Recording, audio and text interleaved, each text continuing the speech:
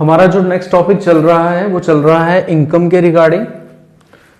पहले हमने एक्सपेंसेस की बात की, अब हम बात कर रहे हैं इनकम की। तो इनकम की बात करते वक्त मैं आपसे बता दूं कि रेंट रिसीव्ड, अभी हम बात कर रहे हैं रेंट पेड, तो अब बात कर रहे हैं रेंट रिसीव्ड। अगर हम रेंट रिसीव कर रहे हैं कितने का, 5,000 रुपए का, तो ऑटोमेटिकली जब हम कोई चीज रिसीव कर रहे हैं, हम कोई चीज रिसीव कर रहे हैं, सोच के देखिए, रेंट रिसीव, तो हमारे पास क्या आया होगा, पैसे। तो अल्टीमेटली कैश अकाउंट को हम क्या कर देंगे, डेबिट। और रेंट हमारे लिए क्या है, इनकम है, क्योंकि रिसीव्ड वर्ड रिप्रेजेंट करता है कि ये हमारे लिए क्या है, इनकम है। तो income must be credited as per the nominal account, as per the nominal account. हमारी बात आती है कि कोई भी आइटम अगर रिसीव्ड वर्ड जुड़ जाता है, यहीं पर अगर सैलरी रिसीव्ड होता तो मैं क्या करता, मैं सोचता कि सैलरी रिसीव, मुझे क्या मिला है, पैसे, कैश अकाउंट क्या हो जाता, डेबिट। टू किसको करता, सैलरी अकाउंट को, मतलब यहां सैलरी क्या हो जाता, क्रेडिट। अगर यहां पर लिखा होता anything else, think about it, क्या रिसीव कर सकते हैं, let it be interest received.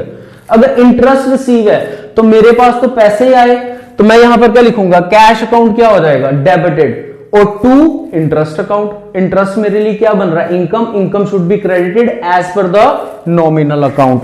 तो बेटा ये आपका इनकम था, एक्सपेंसेस था, और आपका परचेज सेल वगैरह जो भी आपने पढ़ा, परचेज की कुछ एक्सेप्शंस भी पढ़ी। अब का जो हमारा अभी फिलहाल जो मेरा टॉपिक है वो है एक्सपेंसेस ऑन परचेज और सेल। अब ध्यान दीजिएगा इस टॉपिक पर, एक्सपेंसेस ऑन परचेज और सेल मींस, सुनिए, आप बाजार जाते हैं, फर्नीचर खरीदते हैं, अपने घर के पड़ोस वाली दुकान है आपके फर्नीचर की, आप वहां जाते हैं, आप उनसे फर्नीचर खरीदते हैं, उनसे पूछते हैं कि भाई मुझे ये पूरा फर्नीचर का जो आपका है सामान जो भी है, लेट इट बी, बेड की बात कर लेते हैं, तो बेड जो है वो मुझे चाहिए, कितने में देंगे। उन्होंने कहा हम आपको 12,000 रुपए में देंगे। तो मींस आप फर्नीचर 12,000 का खरीद रहे हैं, लेकिन क्या उस परचेज पर कोई पैसा खर्च नहीं हो रहा, एक्स्ट्रा टू द 12,000। सर और कौन सा खर्चा होगा, कुछ लेबर वाले उस फर्नीचर बॉक्सेस को आपके घर उठाकर लाएंगे और फिर उसको वहां पर इंस्टॉल करेंगे। उसका बैक पोर्शन अलग से होगा, उसका एक बॉक्स अलग होगा, सेकंड बॉक्स अलग होगा, तो उसको वहां पर वो मतलब इंस्टॉलिंग कर देंगे उसकी। इट मींस दैट कि वो जो लेबर के charges extra addition to that पड़े हैं वो क्या हैं, expenses on purchase of furniture. इसी तरह से बात करेंगे, आपकी शॉप पे कोई सामान लेने के लिए आता है, लेट इट बी वो आपसे गुड्स खरीदता है, वो आपसे 50,000 का सामान खरीद लेता है, कहता है सर बात ऐसे है कि ये 50,000 का सामान तो मैंने आपसे खरीद लिया, अब इस सामान को मैं घर तक कैसे लेकर जाऊं, मेरे को कोई ना कोई आप जरिया भी बना दें। तो हमारे पास लोड कैरेज पड़ी थी, हमने कहा आप टेंशन मत लीजिए, हम यही सामान अपने लोड कैरेज में लोड करके आपके घर तक छोड़ देंगे। इट मींस दैट कुछ एक्सपेंसेस हमें पड़ रहे हैं ऑन सेल ऑफ गुड्स, हमें सामान बेचने के लिए कुछ एक्सपेंसेस करने पड़ रहे हैं। मेरा काफी देर से सामान नहीं बिक रहा, स्टॉक नहीं बिक रहा है, तो मैंने किसी को हायर किया, मैंने कहा तुम मेरा ये सामान बेच दो, मैं तुम्हें 1,000 रुपया कमीशन दूंगा। That commission is also an expense on sale of goods. It means that कुछ ना कुछ खर्चा हम परचेज पर या सेल पर डायरेक्टली जरूर करते हैं, कुछ ना कुछ खर्चा परचेज और सेल पर डायरेक्टली जरूर करते हैं। तो उसको कैसे ट्रीट किया जाता है बुक्स ऑफ अकाउंट्स में, दैट इज द टॉपिक। अब ध्यान से सुनिएगा, या तो परचेज कर रहे हैं एसेट, या तो परचेज कर रहे हैं क्या, गुड्स, या तो सेल कर रहे हैं एसेट, या तो सेल कर रहे हैं क्या, गुड्स। फिर से ध्यान दीजिएगा, एक्सपेंस किस पर, या तो परचेज पर या तो सेल पर। अब एक्सपेंस किस पर, या तो इस परचेज पर या तो इस सेल पर, या तो इस सेल पर। ये एक्सपेंस या तो परचेज पर या तो सेल पर। या परचेज मैंने क्या किया है, एसेट, या मैंने परचेज क्या किए हैं, गुड्स। सेल किए हैं मैंने या एसेट, या सेल किए हैं मैंने क्या, गुड्स। कंसेप्ट क्या कहता है, कहता है सर खर्चा किया है तो खर्चे तो हजारों होते हैं, बुक्स में रिकॉर्ड होते हैं। अभी 2 मिनट पहले पढ़ा, रेंट पे किया, तो रेंट भी तो किसके लिए पे किया, सामान रखने के लिए। इट मीन जो सामान खरीदा हुआ था उस पर खर्चा हो रहा है। मैंने सैलरी पे की है अपने एम्प्लॉइज को, तो वो क्यों दी होगी, वही मेरा सामान उठा के कभी यहां रखते हैं कभी वहां रखते हैं, इसीलिए दी होगी। मेरे एसेट्स को यूज करते हैं इसीलिए दी होगी। मेरा सामान बेचते भी हैं वही पर्सन्स, तो इसीलिए दी होगी। इट मीन्स जितने भी एक्सपेंसेस मैं परचेज ऑफ गुड्स पर करता हूं, सेल ऑफ गुड्स पर करता हूं, या सेल ऑफ एसेट पर करता हूं, वो सारे के सारे एक्सपेंसेस अलग से रिकॉर्ड किए जाते हैं। क्या किए जाते हैं, अलग से रिकॉर्ड किए जाते हैं। इसका मतलब परचेज की एंट्री अलग रिकॉर्ड होगी, सेल की एंट्री अलग रिकॉर्ड होगी, एक्सपेंस की एंट्री अलग रिकॉर्ड होगी। ये तीनों एंट्रियां अलग अलग रिकॉर्ड होंगी। एग्जाम्पल के तौर पर मैं बात करूंगा, लेट इट बी, मैंने क्या किया, मैंने किए purchase goods and carriages paid. Purchase goods rupees किए हैं 5000 के और कैरेजेस पेड कर दिए 500 के। एंट्री इकट्ठी है, एंट्री क्या है, इकट्ठी है, लेकिन मैं इस एंट्री को अलग रिकॉर्ड करूंगा बच्चे, और कैरेजेस पेड वाली एंट्री को अलग रिकॉर्ड करूंगा। क्यों, क्योंकि मैंने आपको बताया अगर मैं परचेज करता हूं गुड्स, चाहे सेल करता हूं गुड्स, चाहे सेल करता हूं एसेट, तो मेरी एंट्रियां अलग अलग रिकॉर्ड होती हैं, मेरी एंट्रियां अलग अलग रिकॉर्ड होती हैं। लेकिन अगर मैं परचेज करता हूं एसेट, अगर मैं क्या करता हूं परचेज एसेट, तो मेरी एंट्री कंबाइंड एंट्री होती है, मेरी एंट्री कंबाइंड एंट्री होती है। कंबाइंड एंट्री का यहां पर मतलब कुछ और है, ऐसे कंबाइंड एंट्री किसी और को बोलते हैं। कंबाइंड एंट्री का मतलब यहां पर कुछ और है, ध्यान से सुनिएगा। उस मतलब ये है कि सपोज मैंने किया purchase of asset, furniture purchase कर लिया, परचेज ऑफ फर्नीचर ₹5000 का, एंड कैरेजेस पेड कर दिए इसी पर, एंड कैरेजेस पेड कर दिए रुपीस कितने के, 500 के। तो आप इसको मानकर चलेंगे कि आपने फर्नीचर कितने का खरीदा, 5500 का। कैरेजेस पेड की एंट्री अलग से नहीं आएगी, सिंपल एंट्री आएगी, फर्नीचर अकाउंट डेबिटेड कितने से, 5500 से, और टू कैश अकाउंट पैसे गए हैं कितने, 5500। सर कैरेजेस पेड क्यों नहीं आया, कैरेजेस पेड क्यों नहीं आया, इन केसेस में कैरेजेस पेड अलग से क्यों आएगा। देखिए अब ध्यान से बात सुनिएगा। आपके पड़ोस में फर्नीचर की दुकान है, आपने उनसे फर्नीचर खरीदा, उसने कहा 5000 का फर्नीचर है, आप ले जाइए। आपने 5000 रुपए का फर्नीचर उनसे खरीदा और घर के अंदर लगवा लिया। आपके पड़ोस के कोई और आपके कोई नेबरहुड थे, उन्होंने भी सेम चीज लेनी थी, वो आपकी बताई हुई डेस्टिनेशन पर पहुंचते हैं, उस फर्नीचर वाली दुकान में जाकर बोलते हैं कि भाई ऐसे ऐसे बात है, मुझे भी सेम फर्नीचर चाहिए, कितने पैसे। उन्होंने कहा भाई पड़ोस के घर में लगाया है 5000 का, आपको भी 5000 का लग जाएगा। व्हाट इट मीन्स, इसका मतलब ये कि वो सामान की वैल्यू कितनी कंसीडर है, 5000 रुपया। वो कहते हैं चलो एक बार करते हैं, मार्केट भी सर्च कर लेते हैं। वो मार्केट चले जाते हैं, वो मार्केट में जाते हैं, देखते हैं वेरियस वेराइटीज, वैसी ही वैरायटी का फर्नीचर उनको मिल जाता है। तो वो जब उस फर्नीचर के ओनर के पास जाते हैं तो उसको पूछते हैं कि भाई ये कितने का, वो कहता है सर 5,000 का। तो मैं कहता हूं यहां से उठाकर जब मैं इसको घर तक लेकर जाऊंगा तो मुझे 1,000 रुपया इस पर कैरेज भी पड़ जाएगा या 500 रुपये मुझे कैरेज भी पड़ जाएगा। तो मुझे ये कितने का अपने घर तक पड़ेगा? 5,500 का। आप सोच कर बताइए कि क्या आप तब भी यही सोचोगे कि 5,000 का पड़ेगा? तो डेफिनेटली नो। आप कहोगे कि ये मेरे को 5,500 का पड़ रहा है, ये मेरे को कॉस्टली पड़ रहा है, इससे बेटर है मैं वहीं से खरीद लूं, वहां से मुझे 5,000 का घर के पास से ही मिल रहा है, सेम क्वालिटी, एवरीथिंग सेम। तो फिर आप क्या कर रहे हो? आप मेंटली क्या कर रहे हो? मेंटली आप ये सोचकर चल रहे हो कि 5,000 का वो दे रहा है, बेशक ये 5,000 का दे रहा है, लेकिन जो 500 रुपया मेरे को घर तक किराया पड़ेगा, मेरे को तो अपने घर में ये 5,500 का पड़ेगा। इसलिए आप एसेट खरीदते वक्त एक्सपेंसेस को क्या कर देते हो? एसेट की वैल्यू में ही कंबाइन कर देते हो। तो क्वेश्चन बनता है, क्वेश्चन क्या बनता है इसमें कहता है मशीनरी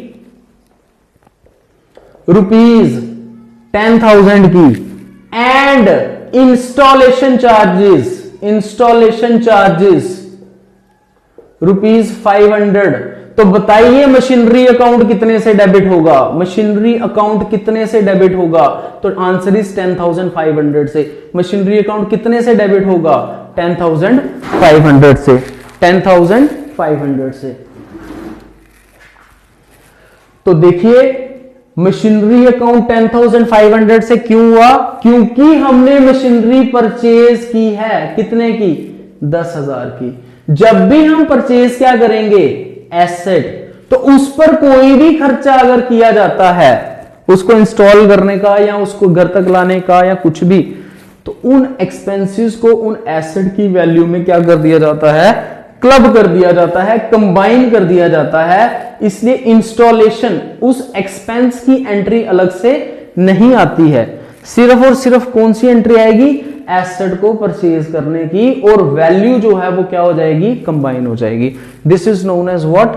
जब भी हम एसेट खरीदते हैं तो कोई भी खर्चा उस पर किया जाए at the time of purchase of an asset, तो वो एसेट की वैल्यू में क्या हो जाता है? क्लब। लेकिन कोई भी खर्चा अगर सेल ऑफ एसेट या सेल ऑफ गुड्स या परचेज ऑफ गुड्स के टाइम पर किया जाए तो वो उनकी वैल्यूज में क्लब नहीं होता। वो एक्सपेंस अलग रिकॉर्ड होता है और परचेज सेल की एंट्री अलग रिकॉर्ड होती है। This is the concept.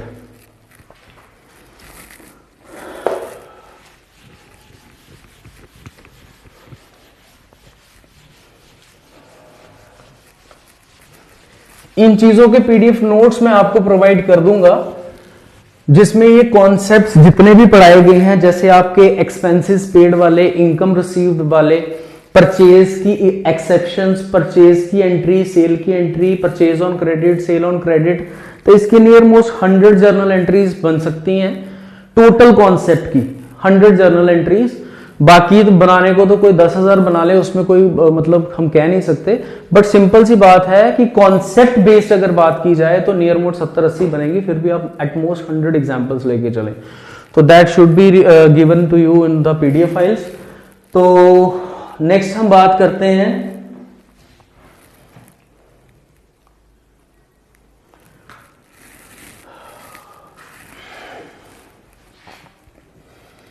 अब बात जो है हमारी, वो नेक्स्ट कॉन्सेप्ट है हमारा एसेट्स लायबिलिटीज का। इस पर हम चर्चा कर चुके हैं स्टूडेंट्स, लेकिन फिर भी मेरी बात ध्यान से सुनिएगा कि एसेट्स को हमने पढ़ लिया थोड़ा सा ब्रॉड वे में कि भाई फिक्स्ड एसेट होते हैं, करंट एसेट होते हैं, इन्वेस्टमेंट्स होती हैं, फिक्टिशियस एसेट्स होते हैं, टेंजिबल होते हैं, इंटेंजिबल होते हैं। ये चीजें हमने डिस्कस की हैं, लेकिन जो पढ़ने वाली चीज है यहां पर वो मैं आपको बता दूं। स्टॉक, ये मेरा क्या है? एसेट। कौन सा है, क्या है, वो बाद की बातें हैं, वो आप पढ़ चुके हैं। उन लेक्चर्स में आप इसको डिटेल में पढ़ लीजिएगा। मैं थोड़ी सी आपको फॉर्मेशन लिखवा रहा हूं, मेरे एसेट्स कौन से कैजुअली यूज किए जाते हैं अकाउंटिंग टर्म्स में। क्यों?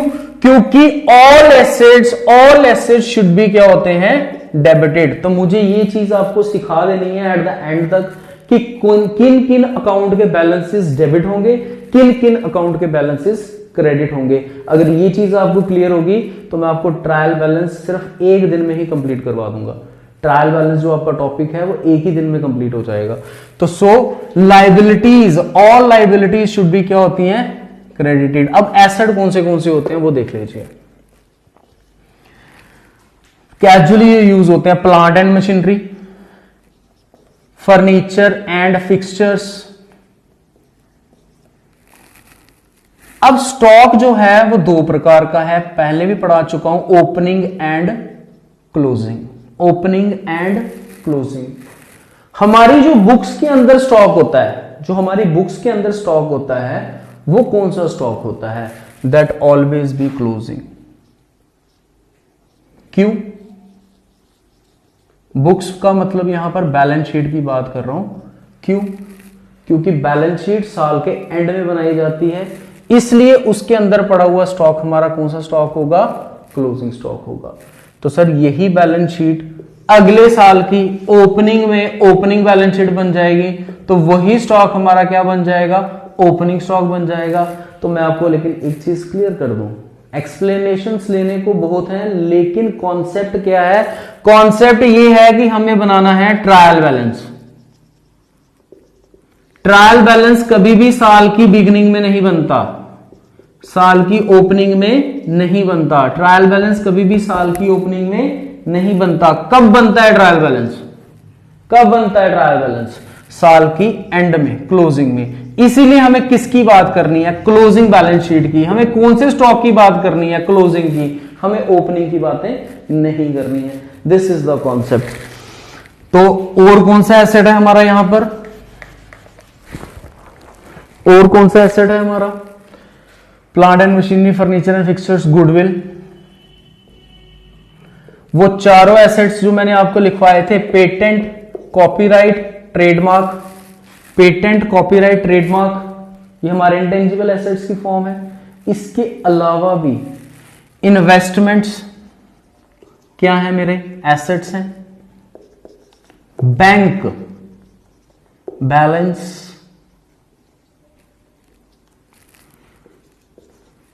अब इन्हीं के ऑपोजिट बात कर रहा हूं मैं। बैंक बैलेंस की जगह अगर बैंक ओडी हो, BOD, bank overdraft, bank overdraft.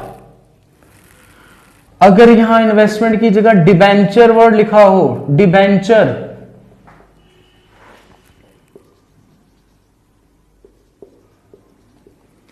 Bonds, तो ये भी मेरी लाइबिलिटीज का पार्ट बनती है। तो बच्चे ये आपके कुछ एसेट्स हैं, ये कुछ आपकी लाइबिलिटीज हैं जो कैजुअली टर्म्स यूज होती हैं, लेकिन इसके साथ साथ सबसे मोस्ट इंपॉर्टेंट कैश। अब इसके साथ ही बात करूंगा मैं परचेज। क्या होगा, डेबिट, हमेशा क्या होगा, डेबिट। सेल क्या होगा, क्रेडिट। जितने भी एक्सपेंसेस हैं क्या होंगे, डेबिट।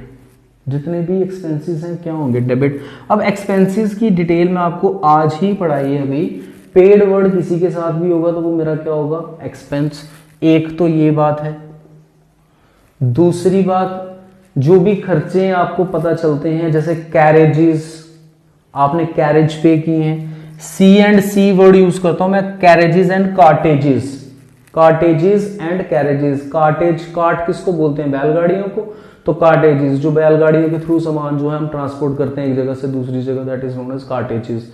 तो कैरेजेस किराया, किराया पे करते हैं। तो अल्टीमेटली कार्ट्स या कैरेजेस, कोई भी वर्ड आ जाए तो आप उसको पहचान सकते हैं कि कैरेजेस एंड कार्टेजेस का मतलब एक्सपेंस है। बाकी प्रिंटिंग स्टेशनरी इनकम का पार्ट तो बन नहीं सकती, इलेक्ट्रिसिटी का बिल एटसेट्रा, जितने भी आपके एक्सपेंसेस हैं वो सारे के सारे आपने यहाँ क्या कर देने हैं, डेबिट कर देने हैं। और इनकम साइड पर जब भी रिसीव्ड वर्ड देखेंगे आप तो वो आप क्या कर देंगे, क्रेडिट। अब कंफ्यूजन यहाँ पर क्या है डेबिट क्रेडिट की, वो ध्यान से सुनिएगा। सिर्फ रेंट लिखा हुआ है, ना पेड लिखा है ना रिसीव्ड लिखा है। तो मैंने आपको अभी समझाया कि जब पेड या रिसीव्ड वर्ड ना लिखा हो तो हम उसको मानकर चलेंगे वो क्या है, पेड है, इसलिए वो हमारा क्या बन जाएगा, एक्सपेंस। मोस्टली बच्चे इस वर्ड पर गलती खाते हैं, सैलरी वर्ड पर। सैलरी वर्ड पर लोग सोचते हैं कि सैलरी, जब हमारी जॉब लगेगी तो हमें सैलरी आएगी, सैलरी हमारे लिए इनकम है और इनकम क्या की जाती है, क्रेडिट। लेकिन उनको ये नहीं पता कि हम अकाउंटिंग बिजनेस की कर रहे हैं और बिजनेस अपने एम्प्लॉयज को सैलरी पे करता है। अगर सैलरी पे करता है तो सैलरी हमारे लिए क्या है, expense, and it's balance must be debited. तो ये कुछ बेसिक चर्चाएं थी, इस पर डिस्कस करना या नहीं करना एक बराबर है, लेकिन मैंने आपको डिस्कस किया इसी रीजन से कि आपको ये चीजें बार बार रिमाइंड रहें। अब मैं बात करने जा रहा हूं डिस्काउंट की। तो डिस्काउंट रिसीव्ड होगा तो वो क्या होगा, इनकम। अगर सिंपल डिस्काउंट लिखा हुआ है, अगर डिस्काउंट लिखा हुआ है, सिर्फ डिस्काउंट लिखा हुआ है, तो हम उसको एक्सपेंस मानकर डेबिट करेंगे। अब हमने एक डिस्कशन की थी प्रीवियस लेक्चर्स में कैश डिस्काउंट और ट्रेड डिस्काउंट की। मैं उसकी एक एग्जांपल लेकर जर्नल करवाऊंगा आपको और आप उस पर बताएंगे कि क्या डेबिट करें, क्या क्रेडिट करें। उसकी मैथमेटिकल कैलकुलेशन तो मैंने उसी दौरान आपको कैसे करनी है वो सिखा दी थी, बट फिर भी अब हम कैसे करेंगे उसकी एग्जांपल। तो कोई भी एग्जांपल ले लीजिए आप अपनी मर्जी से। जैसे परचेज किए हैं goods ₹10,000 at the rate of trade discount at the rate of 10%। हमने सामान खरीदा 10,000 रुपए का, उस पर हमें ट्रेड डिस्काउंट मिल रहा है 10% का। और ट्रेड डिस्काउंट का रूल याद कीजिए, ट्रेड डिस्काउंट का रूल याद कीजिए, हमने पढ़ा था no accounting treatment. No accounting treatment मतलब only mathematical treatment, only mathematical treatment. मतलब क्या है इस कॉन्सेप्ट का, मतलब ये है कि 10,000 की चीज खरीदी है, उस पर हमें 10% का डिस्काउंट मिल गया, मतलब 1,000 का। ये सामान कितने का है, 9,000 का। इसका मतलब हम इसको कितने में खरीदेंगे, 9,000 रुपए में। तो क्या सर डिस्काउंट की कोई एंट्री आएगी, तो कोई एंट्री नहीं आएगी। इसका मतलब परचेज अकाउंट डेबिट होगा 9,000 से और कैश अकाउंट हमारा क्रेडिट हो जाएगा कितने से, 9,000 से। 10,000 1,000 का कोई जिक्र नहीं आएगा। This is known as what, trade discount. तो एंट्री क्या बन रही है, purchase account debited, cash account credited 9,000 से।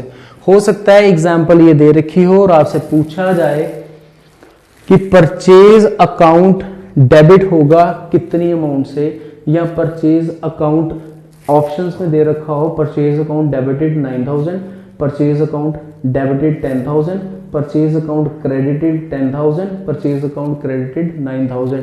तो क्या करेंगे, पहली बात परचेज हमेशा डेबिट होता है जब हम गुड्स को खरीद रहे हैं। दूसरी बात मैथमेटिकल ट्रीटमेंट करके देख लेना क्या आ रहा है, 9,000 आ रहा है, और 9,000 आ रहा है तो ये रिकॉर्ड भी कितने पे होगा, 9,000 पे, क्योंकि इसकी अकाउंटिंग ट्रीटमेंट नहीं होती तो इसलिए हम इसको बाहर निकाल देंगे। अब बात करेंगे कैश डिस्काउंट की। इसी एग्जांपल को लेते हैं और इसी एग्जांपल को लेकर हम बात करेंगे यहां पर कैश डिस्काउंट की।